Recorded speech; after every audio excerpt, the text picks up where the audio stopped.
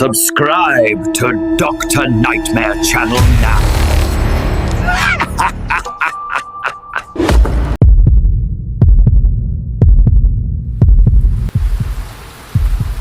The window across the lake. When I first saw the cabin, it felt like fate. I'd been on the verge of a breakdown, overworked, overstimulated, and one missed call away from being fired.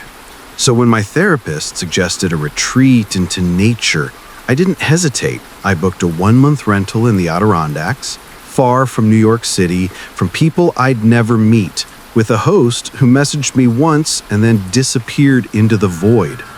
The photos were rustic and quiet, no neighbors, no reception, no distractions, just peace.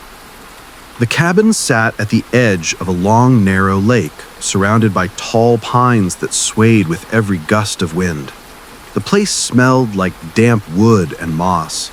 There was no TV, no Wi-Fi, and barely a signal for texts. I brought books, a journal, and an old camera I hadn't used since college. It was supposed to be about reconnecting with myself, with silence, with sanity. The first 3 nights were perfect. Each day I'd hike along the trails, sometimes spotting deer or hearing the faint rustle of foxes in the brush. In the evenings, I'd sit on the porch and drink tea while watching the mist roll across the lake. At night, the cabin would settle into creaks and groans as it cooled, the kind of silence that felt heavy, thick, peaceful. But on the 4th night, I noticed the light. It came from across the lake, through the trees, from a small window in what looked like a cabin directly opposite mine. I hadn't seen anything there before. In daylight, it was just trees and water, but now, clear as anything, there was a dim, flickering yellow light behind a square window tucked high into the wall of what had to be an attic or loft. I remember leaning forward, squinting into the darkness. There was no movement, just light. Strange, but I told myself maybe it was another rental. Maybe someone had checked in recently and I'd missed them arriving. It was late fall, off-season. People came here for solitude. I told myself all kinds of things to explain it away. But the next night, the light came on again. And this time I saw movement. A figure, too tall to be sitting, stood in the window. It didn't wave, didn't move away. It just stood there, backlit and still, watching.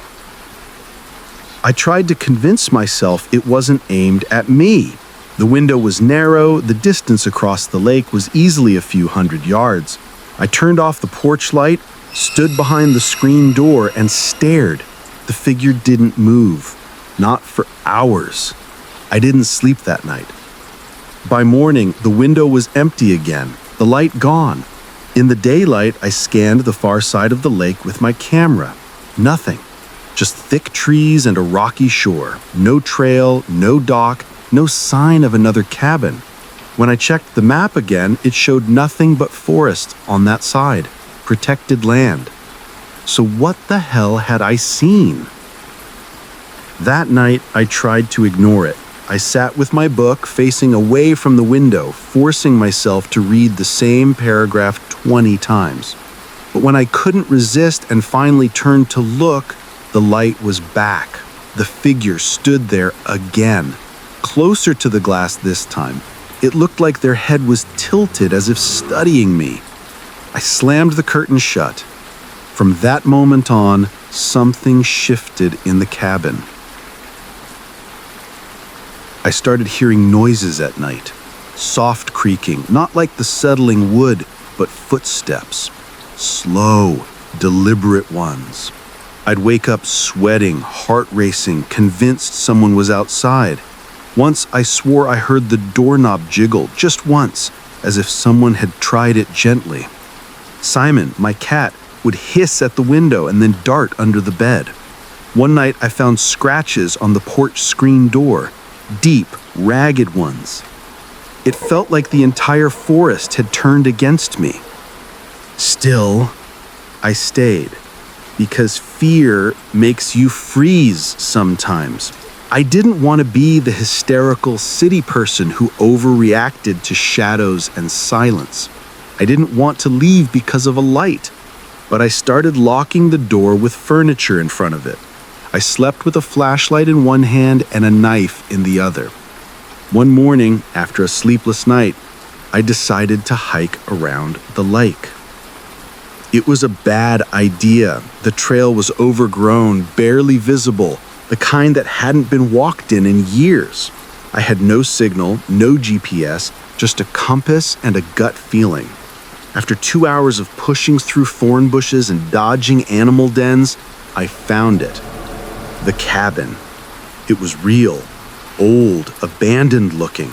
The wood was weathered, the front door half rotten and hanging crooked. I approached slowly, holding my breath. Every window was either broken or covered in grime, except one, the attic window, clean, untouched. I climbed the creaky porch and tried the front door. It opened with a moan. Inside, the air was thick and foul, like something had rotted there long ago. Dust coated everything. The furniture was old and splintered, and on the walls were faded photographs of people I didn't recognize. But something about the layout, it mirrored my cabin almost exactly. Same floor plan, same staircase, same placement of the windows, like they were built at the same time by the same hand. I climbed the stairs to the attic. The door was closed, but light leaked from underneath. My stomach knotted. I reached out, turned the handle slowly, and pushed it open. There was no one inside. The window was there, of course, wide and clean, with a perfect view across the lake toward my cabin. And in front of the window, sitting alone in the dust, was a wooden chair. A chair. And nothing else. No lamp, no bulb, no flashlight, no electricity, and yet every night that light had been on.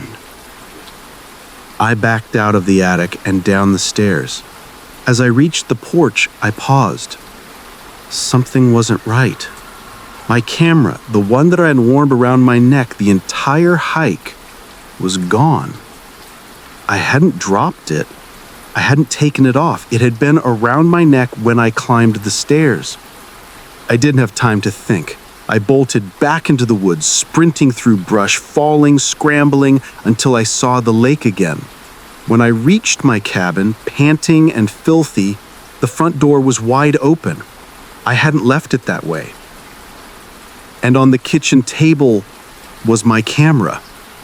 The lens was cracked, the power was on, the memory card was full. My hands shook as I opened the gallery. Hundreds of photos of me. Sleeping, eating, staring out the window. The most recent one was time-stamped 2 hours ago while I had been at the other cabin. It was a shot of me walking through the trees from behind. I left that night. I didn't pack, I didn't wait. I threw Simon into his crate, grabbed my keys, and drove through the dark, barely remembering the turns. I didn't stop until I hit a town with lights. I checked into a motel and stayed awake until sunrise. The next day, I called the local ranger station, told them what I'd found. They agreed to check the area. 2 days later, they called back. There was no cabin on the other side of the lake, they said. No signs of any structure having ever been there. I insisted, described it in detail. They brushed me off, said maybe I got turned around, maybe I saw a hunter's shack. But I know what I saw. I stood in that attic. I saw the chair. I saw the window. And someone else saw me. 3 months later, back in the city, life had almost returned to normal. I got a new apartment, a new therapist, and told myself I was healing. Then, one night, I got an envelope in the mail. No return address. Inside was a single photograph. Me, standing on my new balcony, coffee in hand, looking out over the street. Taken from across the road. Through another window. The man behind the door. I used to believe paranoia was just an overactive imagination until I moved into apartment 3B. It was never supposed to be permanent, just a cheap sublet while I waited for my new job to start across the country. A temporary fix while I wrapped up a few freelance gigs and packed my things. The place was small, old, and tucked away in a crumbling complex outside of Detroit. But it had heat, hot water, and a lock on the door. That's all I really needed. The building had a weird layout. Narrow hallways, low ceilings, and stairwells that echoed too loud when you walked them. Most of the apartments were empty or filled with people who never made eye contact. The hallway lights flickered constantly. It felt like a forgotten corner of the city. But I kept my head down, stayed inside, and focused on the clock ticking down the last few weeks before I could leave. I first noticed it on my 4th night there. I had just finished brushing my teeth and stepped into the hallway to grab a towel from the closet when I heard it. A soft knock. Not at my front door, at my bedroom door. I froze. The knock came again. 3 slow, steady taps. I was the only one in the apartment. I lived alone. The bedroom door was wide open and the lights were on. I could see nothing and no one behind it. Still, the sound had been real. Solid. I tried to brush it off. Old buildings make noise, right? Maybe it was the pipes or the floorboards settling. But the sound of a knock, of knuckles on wood, that's not something you imagine. That's something you feel in your chest. The next night, it happened again. This time I was in bed, half asleep, when I heard it. 3 slow knocks, like someone politely asking to be let in. But this time the door was already open. The hallway light was off and the room was dark. I reached for my phone, flipped on the flashlight, and shined it toward the doorway. Nothing. I told myself it was stress. Moving, freelancing, waiting to start over. It was enough to mess with anyone's head. But still, the knocks came back. Every night. Always 3. Always at the bedroom door. Sometimes I'd be in the room, sometimes I'd be in the kitchen, sometimes I'd just be brushing my teeth and I'd hear it again. Knock, knock, knock. I started locking the bedroom door, even though that felt stupid. I was trying to protect myself from what? Air? A noise? But the night after I locked it, the knocking moved. It came from the hallway closet. 3 slow knocks on the thin wooden door, right beside my front entrance. I didn't even go near it. I just stared and waited. After a while, it stopped, but the fear didn't. That night, I didn't sleep. The next morning, I opened the closet. There was nothing inside, just my jacket and a mop. I started to keep track of the knocks, logging them in a journal. They always came between 1 and 3 a.m. They never happened while the TV or music was playing. Only when things were quiet. Still. But that wasn't the worst part. A week later, I noticed something new. Someone had written on the inside of my bathroom mirror. It was faint, visible only when the room filled with steam from the shower. The first time I noticed it, it was just a word. Hi. I stood there, soaked and shivering, staring at the glass. I hadn't written it. No one had been in the apartment. I wiped it away with my palm and tried to ignore it. But the next day, it was back. This time it said, "Can I come in?" I didn't even finish showering.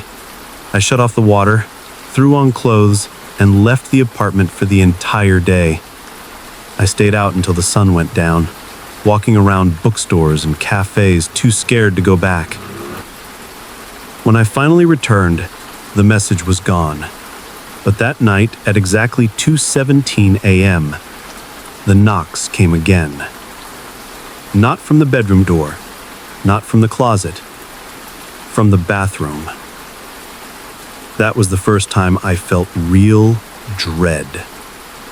Not fear, dread. That slow, creeping, paralyzing knowing that something has shifted, that you are not alone, that something is in your space and wants to be closer. I moved the dresser in front of the bathroom door that night. I didn't sleep. I didn't move. I sat in bed with the lamp on, listening. No more knocks came. But the next morning, the dresser was pushed 6 inches away from the door. I didn't do that. I know I didn't. After that, I started hearing breathing. Not mine. Not through the walls. It would come when I lay down at night, just before sleep. When everything was quiet, I'd hear a slow, steady exhale right next to my ear, like someone kneeling by the bed, watching me. I tried everything: music, noise machines, sleeping pills. Nothing worked. The breathing never stopped. It wasn't every night, but when it came, I'd stay frozen until sunrise. Eventually, I called the landlord, asked if anyone else had complained about strange noises or things moving in the apartments. He laughed, said the only complaint was from a tenant years ago in my unit, a woman who broke her lease 2 months in, said she was being watched, said she kept finding things out of place. The landlord brushed her off, called her crazy. She moved out in the middle of the night. I asked her for her name. He wouldn't give it to me. That night, I stayed in a hotel. When I returned the next day, something was different. My keys didn't fit at first. I had to jiggle the lock, push the door hard to get it open. When I finally stepped inside, the whole apartment smelled different. It was colder. Still. Like someone had opened a window and then shut it just before I arrived. I checked everything. Closets, cabinets, under the bed. Nothing. But when I walked into the bathroom, I almost dropped my phone. There was writing on the mirror again. This time, it wasn't a message. It was a drawing. A crude sketch of a face with hollow eyes and a long, open mouth. Underneath were 3 words: I see you. I didn't clean it. I didn't wipe it away. I grabbed my bag and left. I found another hotel across town, checked in, locked the door, didn't sleep. I called the landlord the next day and told him I was terminating the sublet early. He didn't argue. I went back to pack that afternoon, and as I opened the door, my stomach turned. Someone had been inside. The rug was shifted. The lamp was on its side. My closet door was wide open.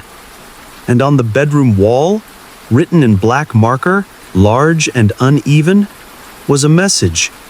You shouldn't have left me alone. I packed in 20 minutes. Didn't care what I left behind. As I hauled my final bag down the hallway, I passed the other apartments.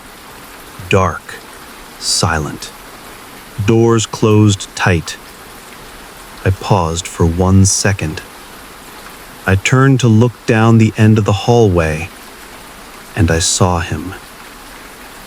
Tall figure, standing perfectly still at the far end, just outside the fire exit. He didn't move. He didn't speak. But I knew. He had no face. Just smooth, pale skin where eyes and a mouth should be. I didn't wait. I left. I never went back. I moved 3 states away. I found a new job, a new apartment. I told myself it was over, that whatever it was stayed behind. But sometimes, when I wake up in the middle of the night, I think I hear it again. 3 slow knocks, coming from the other side of the door. Someone in the walls. I never believed in ghosts or haunted houses. Not really. I thought the stories people told about cold spots and flickering lights were just exaggerations or things they made up to scare themselves. But I've come to learn there are worse things than ghosts. Much worse. I had just inherited the house from my Uncle Richard, a man I barely knew. He'd lived alone in that place for years, ever since my aunt passed. No one visited much. He didn't like company. According to the neighbors, he'd become paranoid near the end. Said he was being watched, that someone was trying to get in, or maybe already had. They found him in the attic. No signs of a struggle, no obvious cause of death. Just a man who'd seemingly wasted away in isolation. I wasn't close to him, but the will left the house to me. I could have sold it, sure, but I was going through a rough time. Lost my job, ended a long relationship, nowhere to go. So I packed up and moved in. The house was old, a tall Victorian with narrow hallways and strange angles, the kind of place where doors never quite closed right and the wood floors groaned even when no one was walking. It sat on the edge of a small town in Vermont, surrounded by trees that leaned too close to the windows and cast long shadows even during the day. At first, it felt peaceful, quiet, a place to breathe. I spent the first few days cleaning, unpacking, walking the creaky halls. The attic was locked when I got there. I found the key in my uncle's desk drawer and opened it out of curiosity. It was mostly empty. A rocking chair in the corner, a broken lamp, a dusty pile of books. The one strange thing was a patch of the far wall where the wallpaper had been peeled away. I could see scratches on the wood underneath, faint and shallow, like something had been clawing from the inside. I covered it with a box and tried not to think about it. The first night, I heard it. A faint tapping sound. It started around 2 a.m. At first, I thought it was a branch against the window, but when I checked, the tree outside was still. No wind, nothing touching the glass. The tapping came again the next night, same time. But this time, it came from the wall behind my bed. I pressed my ear to it and listened. It wasn't rhythmic. It was slow, inconsistent, like someone trying not to be heard. I moved my bed to the other side of the room, but the sound followed. Always late at night, always behind me. One night, I stayed up, determined to catch the source of the sound.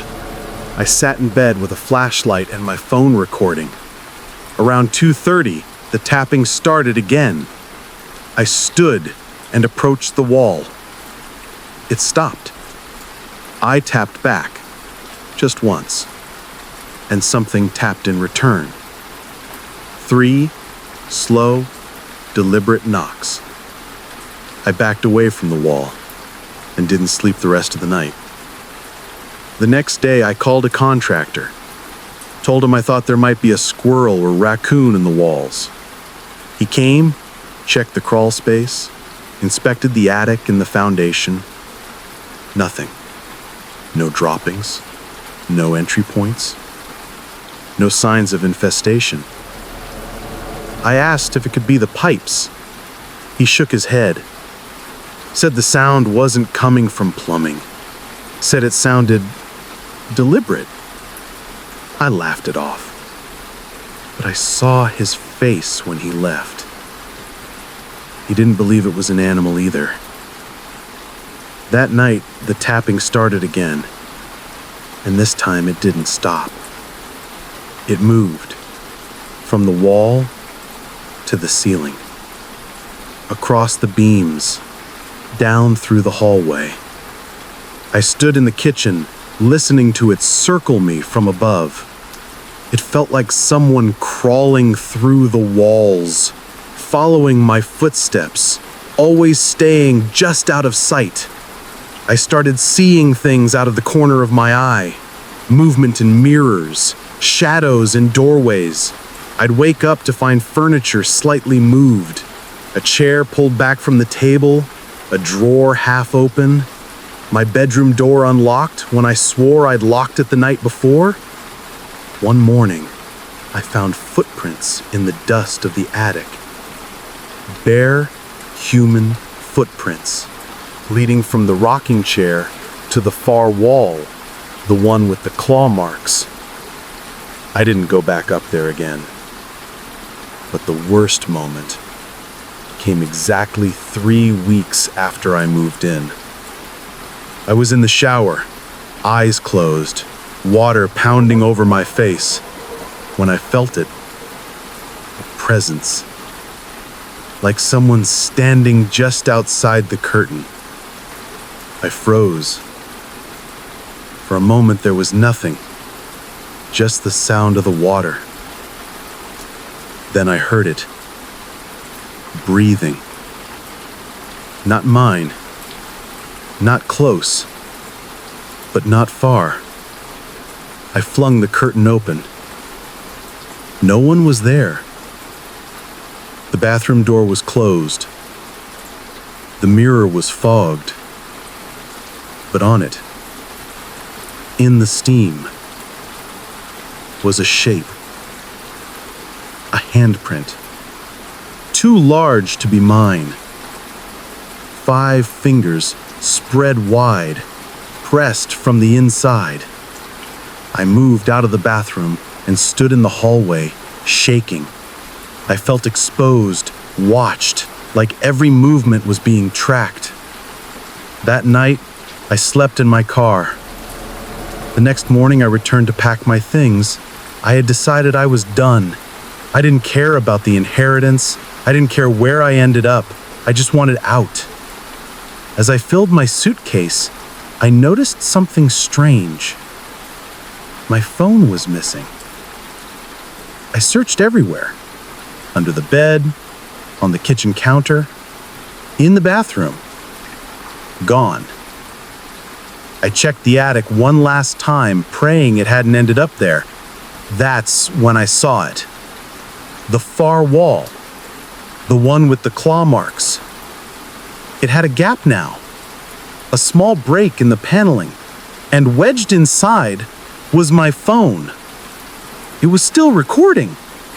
I pulled it out and played the last video. It was footage of my bedroom from the floor, like someone had propped the phone against the wall. And in the middle of the night, the video showed the wall shifting.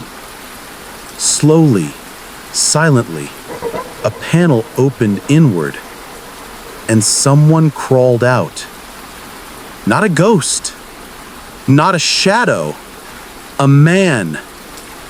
Thin, pale, with wide, sunken eyes, wearing nothing but torn and stained clothes.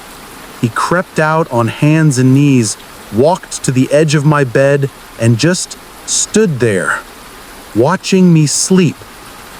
The video showed him standing there for hours, occasionally crouching, sometimes tilting his head. And just before the video ended, he looked directly into the camera and smiled. I dropped the phone and ran. I didn't stop until I reached the nearest gas station and begged to use their phone. I called the police, told them someone was living in my walls. They searched the house. They found the hidden space. Between the walls, in the attic, behind that scratched panel, there was a tunnel. Narrow, winding, hand-dug. It led to a small chamber, barely big enough to sit up in. Inside were blankets, empty food wrappers, photos of me taken from the cracks in the walls, notes written in shaky handwriting. One of them read, "I love watching you sleep. You look so peaceful. Don't leave me." Another said, "You're mine now."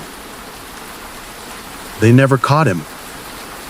They think he slipped out during the search, used one of the old crawl spaces to disappear into the woods. I moved across the country. I changed my name. I stay in hotels, never the same place twice. I don't trust walls anymore. I tap them wherever I go. I check the closets. I never sleep without locking every door. Because sometimes, in the dead of night,